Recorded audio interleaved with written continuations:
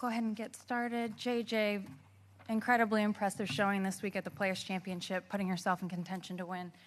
If you could just start off with some thoughts on how you're feeling right now after a great week. Yeah, I mean, a little disappointed. It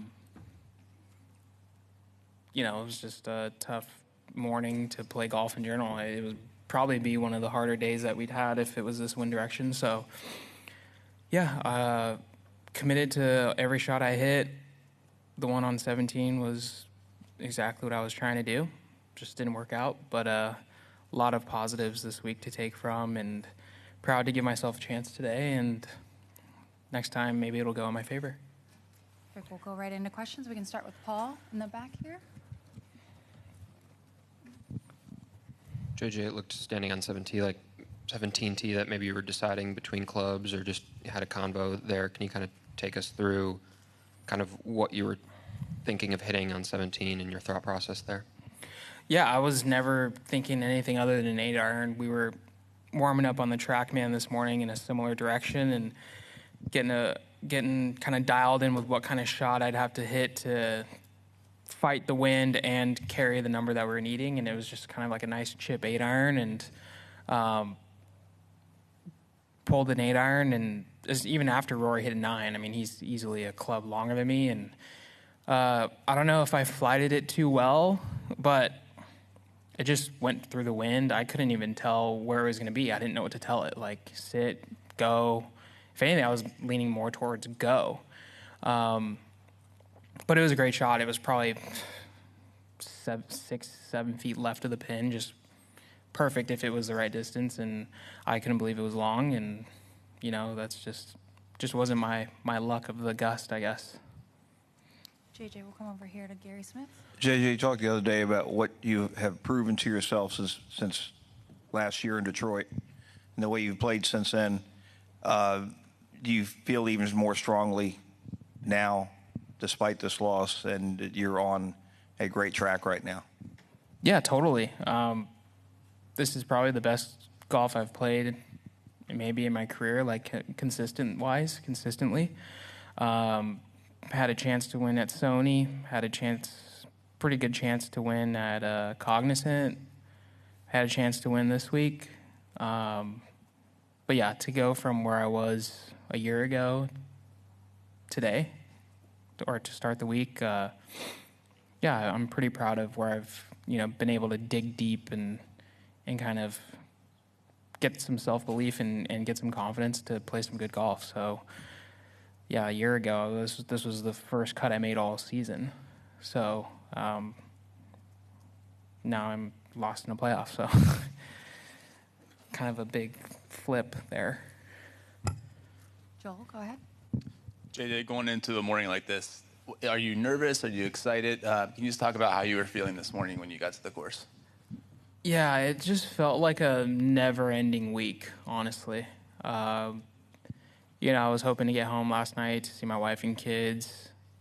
Even before the delay and all that happened, I had a flight ready to go. So I didn't feel nervous. I felt really good last night. I slept better than I did Saturday night. Slept better than I did Friday night. But then when I got to the tee, I was like, ooh, it kind of hit me. Whereas when I played with Rory Saturday, I was pretty nervous, especially being one back. And I was nervous all night or anxious. But then when I got on the tee, and I was just ready to go. Same way with the round yesterday. I was super nervous the night before, in the morning. But then once I got into my routine and then got to the tee, it was I was ready to go. So I don't know what the difference was. Maybe because I knew it's do or die maybe. But yeah, I mean, I think it was my first tour playoff, so nothing but positives to take from it. Taylor? JJ, what are the reasons why you're playing the best golf of your life in 2025?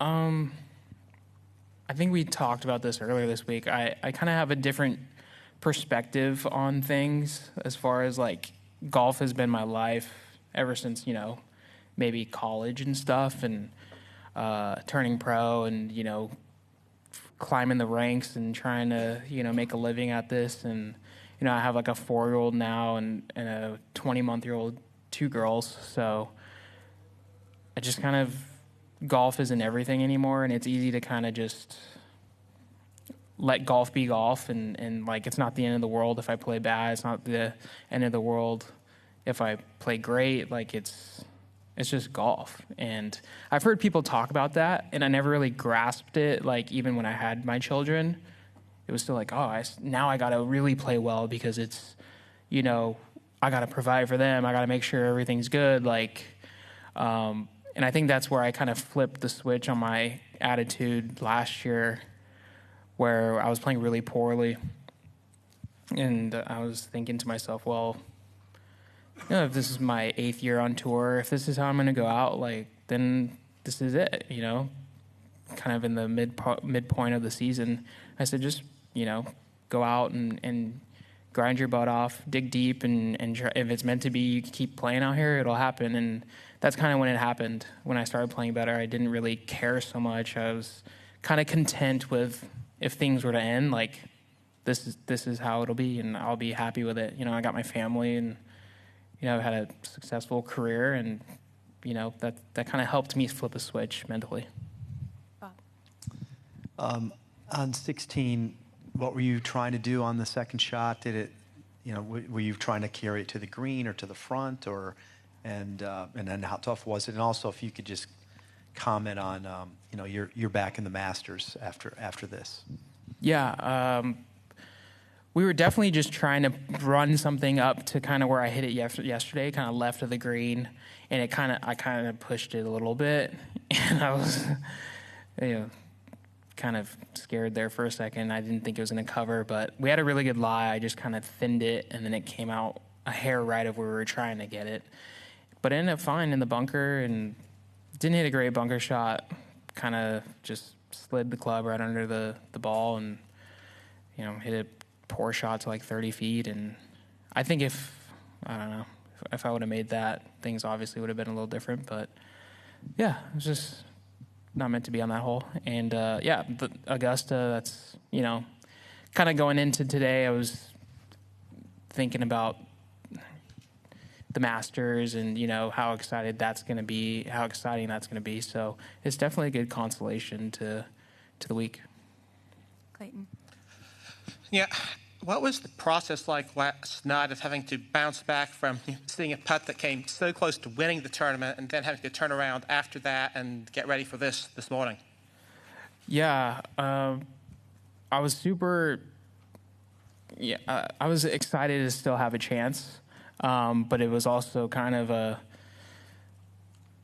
I don't know. It was disappointing that putt didn't go in. I really thought I made it, and reading it and doing my routine, I was telling myself this is going in, and even when you watch the replay, it just looks like it's going in, and just dies. So yeah, it's hard to go from you think you won to okay, now you got to go against one of the best players in the world in 3-hole stretch on a really tough finish in a completely opposite wind that we've had all week, and kind of game on. So I knew what to expect, but just wasn't my time.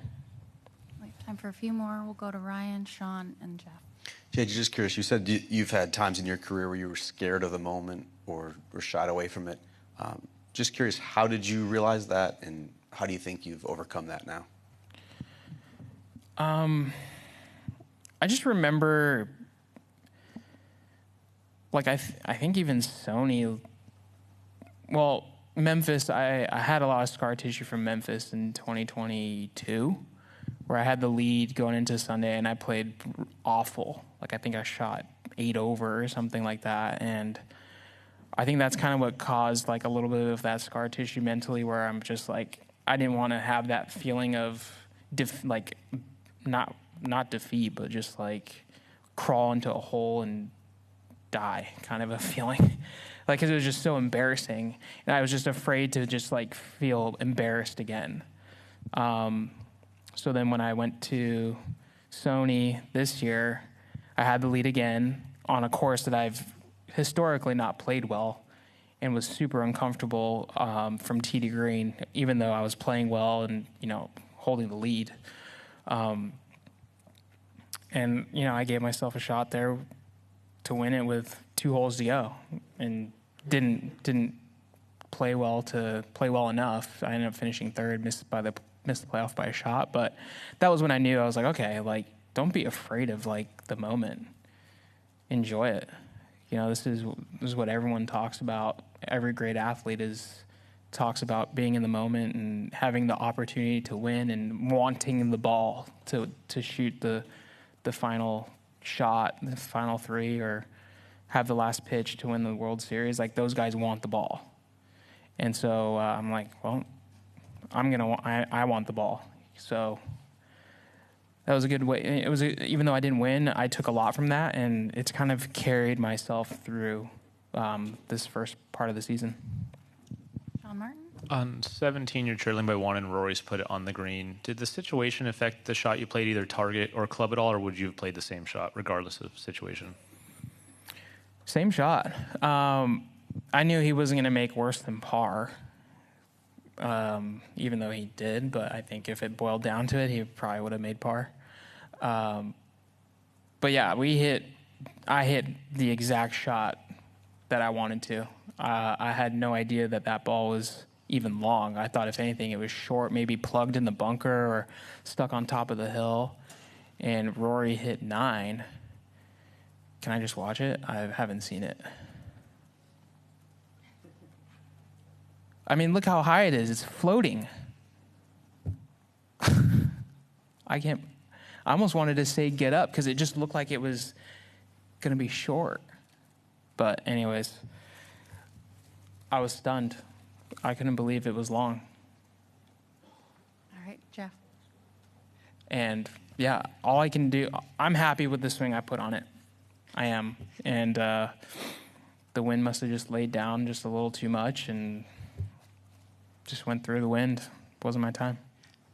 Kind of along those lines, JJ, at what point, because you didn't know whether to say go or hold up, at what point did you realize, oh no, this is too strong? On the shot? Yeah. I mean, as it was coming down, when did you realize? I never thought it was long. Okay. I never thought it was long. For some reason, I had no doubt in my mind that was going to be long. Just based off of what we were doing on the range. I mean, I was hitting a couple of them 110 yards into the same wind direction. So I don't know if adrenaline, I mean, I know to expect something like that, but the window I hit it at especially, it was a lot higher than actually the window I was trying to hit it. So that's what made me think it was floating and staying in the air and possibly short. But from the angle I was on, it looked like it was going to land just right on that little spine and spin back to a foot, honestly. And just went through the wind. And then real quick, obviously you've got to flip the switch and all of that, get ready for the next shot from drop zone. How long did it take you to put that shot away and get ready for the next? Pretty quickly. I knew I was, having to make this wedge shot to have any sort of pressure on Rory and chance to win the tournament. But it was weird. The wind ended up being straight in on my wedge shot. It was a perfect wedge shot if it was kind of the direction it should be, kind of just left to right on that angle. Maybe a touch of hurt, but then when I got on there, it was straight into me. I'm like, this is what I needed on the first shot here. Now I have another tweener. What am I gonna try to flight another one and rinse it long again? So it was such a bad number to have with that amount of wind, and I just had to hit the shot that I knew wouldn't go long, but then unfortunately it spun down to that little weird fringe and tough up and down from there too. Couldn't putt it, had to chip it, and made a 6. 1, 2, 3, 4, 5, 6. All right, we'll wrap things up there. JJ, thank you for joining us in the Media Center. Yeah, no problem. Thanks, guys.